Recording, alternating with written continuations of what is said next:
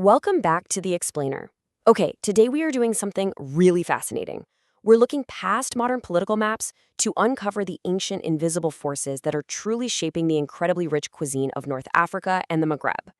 Because, when we think of food, we usually think in terms of nations, right? But as you're about to see, the real borders of flavor and culinary identity, they almost never match the neat little lines drawn on a globe. So it begs the question, where do culinary borders actually begin? To really understand this region, we have to immediately toss out the idea that a food map is defined by modern national lines. Instead, we need to look at things like language, ecology, religion, and the movement of peoples. It's like a giant edible puzzle. In fact, anthropologists and culinary historians share this really striking consensus. They say, the Sahara is the sharpest cultural barrier on Earth. Just think about that for a second. This massive cultural and agricultural membrane is literally so formidable that it completely separates the Maghreb from the culinary traditions of the Levant in sub-Saharan Africa. It isn't just a desert, guys. It is a defining wall. Section 1. Beyond the political map. So let's dive into this. We start with what we can call a locked five-country floor. That's Morocco, Algeria, Tunisia, Libya, and Mauritania. This is our geographic container. But, and this is absolutely crucial, what truly unifies them isn't a modern border. It's a shared, plural Amazigh, or Berber, indigenous foundation. This is the shared foundational world of couscous, tagines, and preserved lemons, all woven together by deep indigenous language communities like the Kabyle, Tachahilit, and Terafit.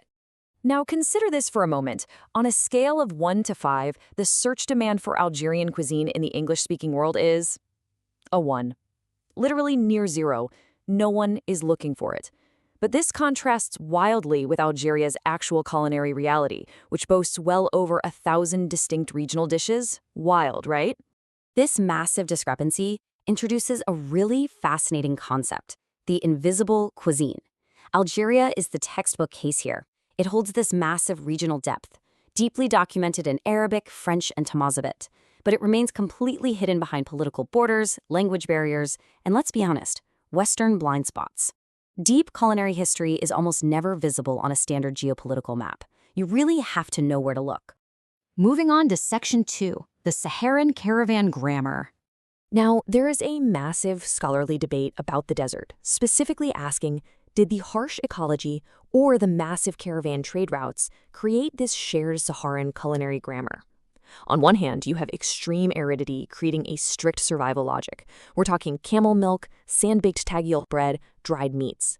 But on the other hand, multi-border caravan exchanges moved salt, dates, and introduced the now famous imported tea ritual.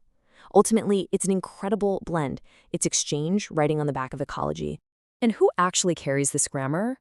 Well, it's held by 3 distinct populations, the Tuareg, the Saharawi, and the Trans-Saharan Bidhân. These are stateless nomadic peoples moving across the vast expanses of Algeria, Libya, Mauritania, Mali, and Niger. And honestly, it beautifully proves that this food belongs to a mobile, living people, not some static nation on a map. Because of this, the Saharan corridor isn't just an empty expanse of sand.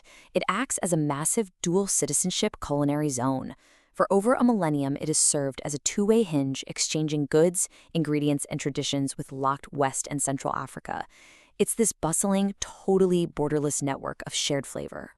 All right, Section 3, Andalusi Urban Refugee Cuisine. Let's trace the historical arc of the Morisco exiles for a second. Escaping the expulsions from Spain that ended in 1614, these refugees fled across the Mediterranean and integrated into Maghrebi cities like Fez, Tetouan, and Tlemcen. But they didn't just bring themselves, they brought a highly refined, elite urban court cuisine that had already been canonized in texts way back in the 13th century. By doing this, they established what's known as the citadin repertoire. And what's truly remarkable is that this Andalusi refugee class transmits their unique culinary identity as a living community to this very day, identifying as the Hadari or Beldi social class. It's their grandmothers passing down the elaborate sweet-savory pastilla, the intricate camillas appetizers, and specific wedding dish sequences. It's a living, breathing identity cooked daily in modern kitchens. Section 4. The Judeo-Maghrebi Diaspora. Now, this next part brilliantly illustrates the incredible unity of a diaspora. We're looking at one continuous slow-cooked Shabbat stew tradition mapping seamlessly across 4 different countries under different regional names. Whether it's tafina in Morocco, tafina in Algeria, pakaila in Tunisia, or harimi in Libya, the culinary grammar is exactly the same. It's dictated entirely by the rules of the Sabbath rather than the borders of the state. How cool is that? It's a living tradition deeply unified by the Jewish festival calendar.